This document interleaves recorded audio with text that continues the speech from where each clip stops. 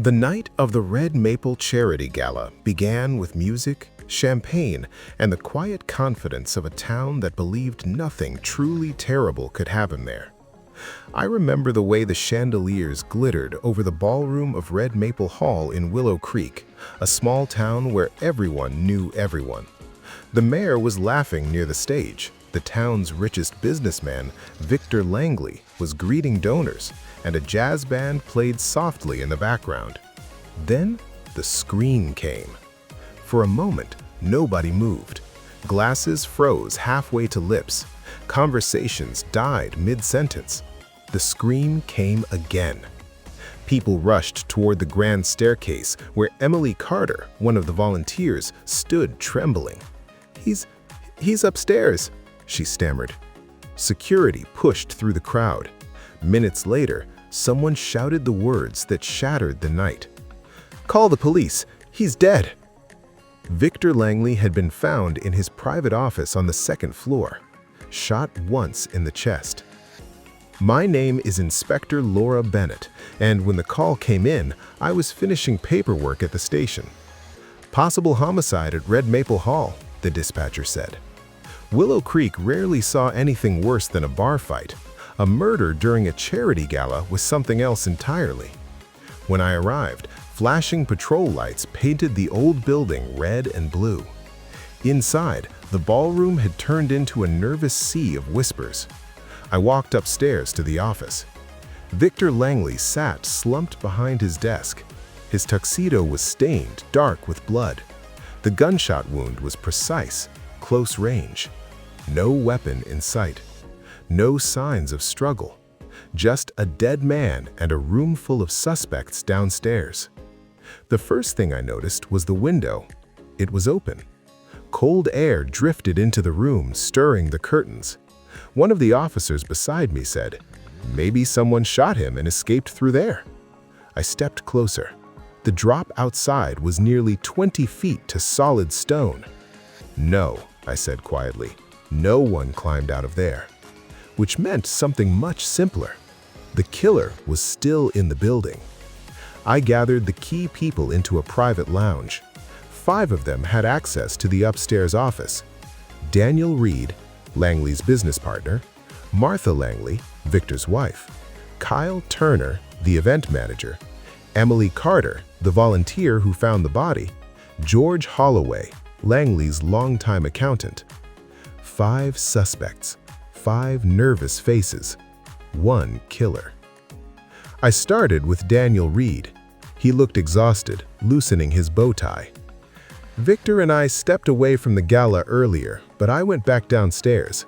He stayed in his office to take a call. "What time?" "Around 9:30. The murder likely happened shortly after." "Did Victor have enemies?" I asked. Daniel gave a hollow laugh. Of course he had enemies. He was a billionaire developer. Next was Martha Langley. She sat perfectly still, hands folded in her lap. "My husband worked too much, even tonight." "Where were you at 9:30? I asked. "Dancing. Ask anyone." Her composure felt rehearsed, but grief looked different on everyone. Kyle Turner, the event manager, was sweating. "I was coordinating the auction," he said quickly. "Hundreds of people saw me." "Did you go upstairs tonight?" "No." Too fast, too defensive. I made a mental note. Emily Carter was shaking. "I just went to ask Mr. Langley about the donation envelopes." "And that's when you found him?" She nodded, eyes filling with tears. "I swear I didn't touch anything." Maybe, but sometimes the person who finds the body knows exactly where to look. Finally, George Holloway, the accountant. Older, quiet. He adjusted his glasses as I spoke to him. "Mr. Langley was reviewing some documents tonight." "What kind of documents?" "Financial ones." His voice tightened. "Anything unusual about them?" I asked. George hesitated. "Yes." That single word changed the direction of the entire case. "Victor discovered something tonight." "What?" "Money missing from one of his companies." "Embezzlement?" George nodded slowly. Nearly $2 million. Every person in that room suddenly had a reason to kill. Back in the office, I studied the room again. Desk, chair, safe, documents scattered across the table. Then I saw something small, a smudge on the desk, powder residue, gunshot residue. But Victor hadn't fired a weapon, which meant the gun had been placed on the desk, briefly, then removed. Someone had taken it with them. Another detail caught my attention. The door. It locked automatically when closed, but it wasn't locked when we arrived, meaning the killer left calmly, through the door, not the window, not in a panic. I returned to the lounge. The suspects looked more anxious now. I decided to push harder. Victor Langley discovered someone had been stealing from him. The reaction was immediate. Martha frowned. Daniel looked surprised. Kyle's face went pale. Emily looked confused. George looked down. Interesting. "Kyle," I said suddenly. He flinched. "You said you never went upstairs tonight." "Right." "Then why does the security camera show you going up the staircase at 2928? His mouth opened, closed. I was checking something." "What exactly?" "Just event logistics." "Event logistics in Victor's private office." Silence. But something still didn't feel right.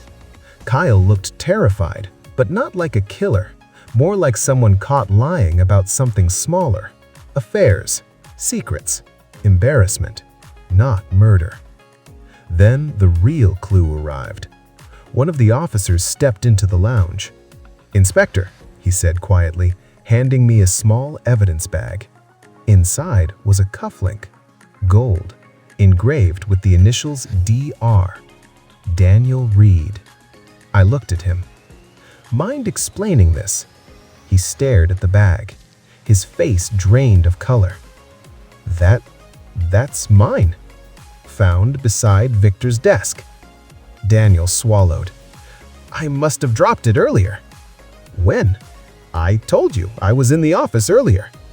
True, but something still bothered me. If Daniel had shot Victor, why leave the cufflink? Too obvious, too careless, almost like it had been planted. I turned slowly toward the group.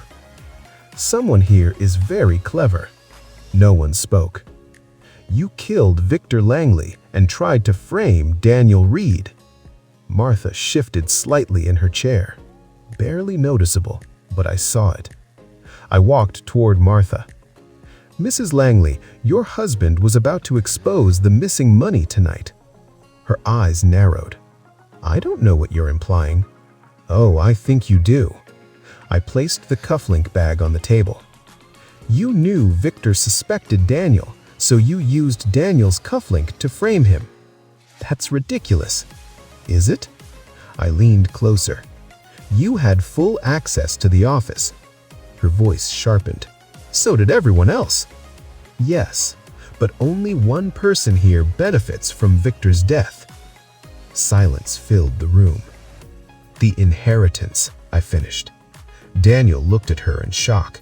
"Martha?" Her calm mask finally cracked. Victor Langley had recently changed his will. If his financial scandal became public, his fortune would be frozen in lawsuits. But if he died first, his entire estate would go directly to Martha, nearly $300 million.